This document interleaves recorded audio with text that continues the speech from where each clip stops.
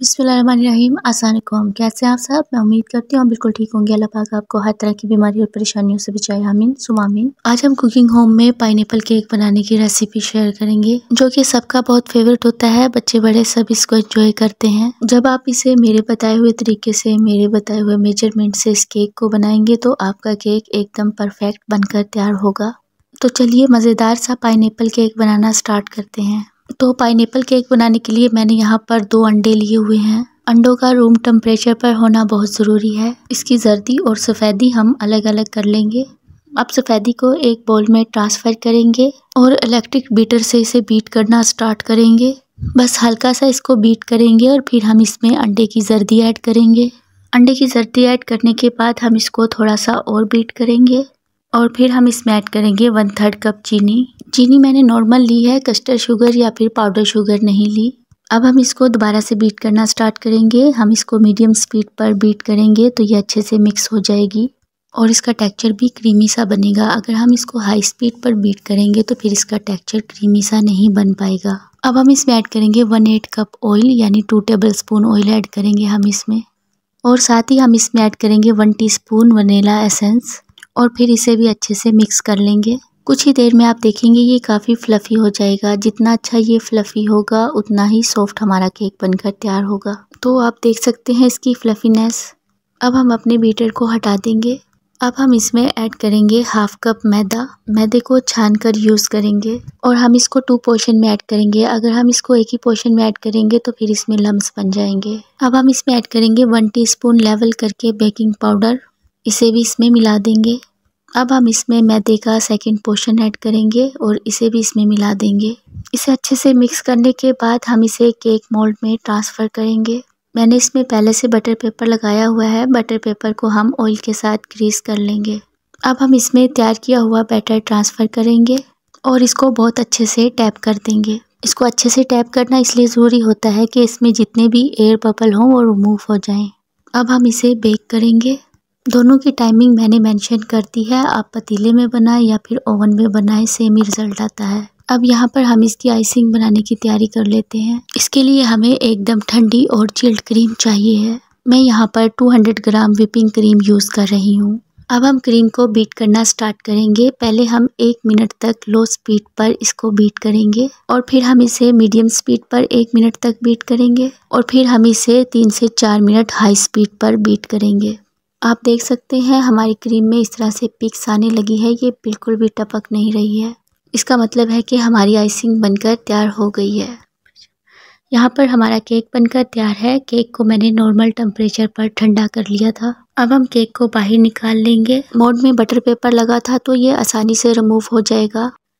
इसका butter paper remove करेंगे। आप इसका स्पंज देख सकते हैं कितना स्पंजी केक बनकर तैयार हुआ है। अब हम इसे एक धागे की मदद से कट करेंगे। धागे को सेंटर में रखेंगे और इसको इस तरह से कट कर लेंगे। आप चाहें तो नाइफ़ की मदद से भी इसको कट कर सकते हैं, लेकिन धागे की मदद से आसानी से ये कट हो जाता है। ये देखें, इस तरह से हम बहुत ही केयरफुली इसको दूसरी साइड पर रख देंगे क्योंकि ये बहुत सॉफ्ट होता है। अब हम इसके ऊपर डाल देंगे शुगर सिरप।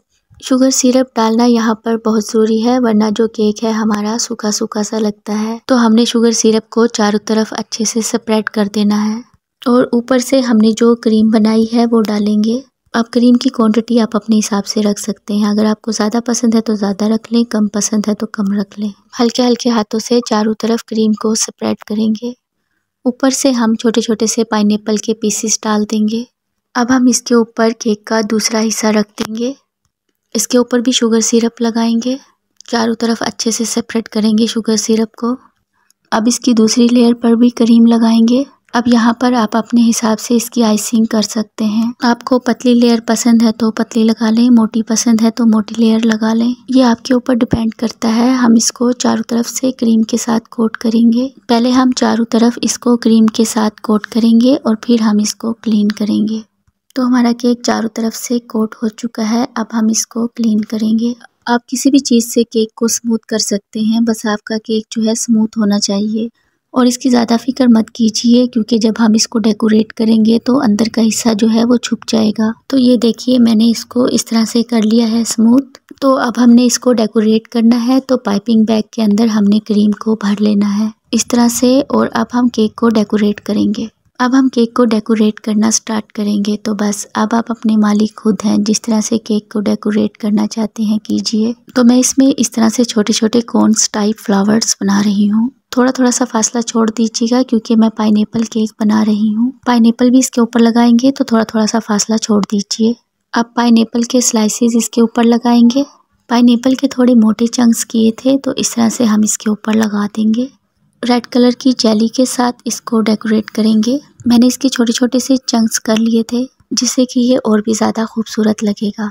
अब हम इसके सेंटर में स्प्रिंकल करेंगे। अपने हिसाब से आप इसे डेकोरेट करिए जैसा आपको पसंद हो। थोड़ा मैं इसको साइड से और डेकोरेट करूँगी ताकि ये और ज़्यादा क्लीन लगे। इस तरह से ये देखिए, और ये लीजिए हमारा पाइनएप्पल केक बनकर तैयार हो गया है।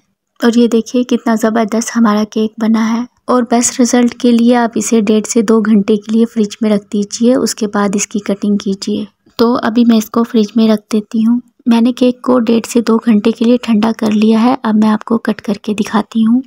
और ये लीजिए हमारा एकदम बेकरी जैसा केक घर पे बनकर तैयार है। ये बहुत ही सॉफ्ट है, बहुत ही मॉइस्ट है और बहुत डिलीशियस है। तो ज़रूर से ट्राई कीजिएगा ये रेसिपी और मुझे अपना फीडबैक दीजिएगा कि आपको ये केक कैसा लगा। आई होप आपको ये रेसिपी पसंद आई होगी। वीडियो पसंद आए लाइक कमेंट सब्सक्राइब कर दीजिएगा। तो हमें याद रखिएगा। अल्लाह हाफिज़।